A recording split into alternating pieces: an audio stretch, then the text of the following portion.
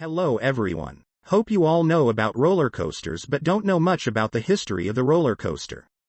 So today we gonna talk history of the roller coaster. Let's start.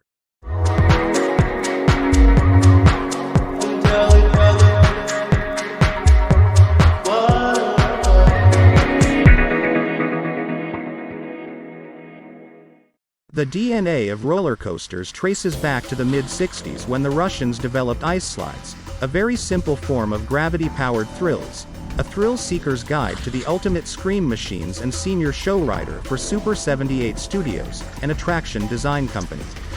Riders would board sleds made out of hollowed-out ice blocks and descend timber chutes that were packed with snow and ice.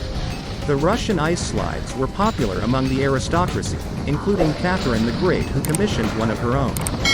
To this day, roller coasters are known generically in many countries as Russian mountains. Interestingly, the Russians refer to coasters as American mountains. The Maush-Chunk Switchback Railroad, generally regarded as the first coaster in the USA, wasn't really a coaster. In 1873, enterprising folks repurposed a coal mining train in Pennsylvania and used it to send passengers hurtling down a mountain for the sheer thrills. According to some records, mules would take the journey aboard the runaway train and then haul it back up the mountain. The country's first commercially successful, more traditional roller coaster was the Gravity Switchback Railway, which opened in 1884 at Coney Island in Brooklyn. It was designed, patented, built, and operated by LaMarcus Adna Thompson.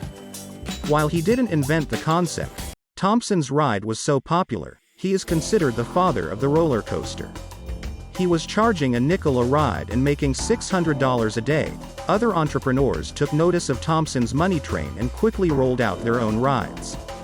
The wooden lattices began popping up along with new amusement parks as coaster mania spread throughout the country.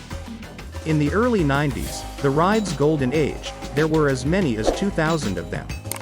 Most of the coasters eventually disappeared. Some were lost to fire. Others were demolished because parks closed during the Great Depression or when the value of their land skyrocketed during the post-World War II boom.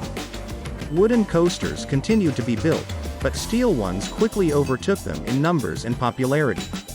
Although it probably wasn't an intentional nod to the Maush-Chunk Switchback Railroad, many of the early steel coasters, including ones at Six Flags Over Texas and Six Flags Over Georgia, were themed to mine trains.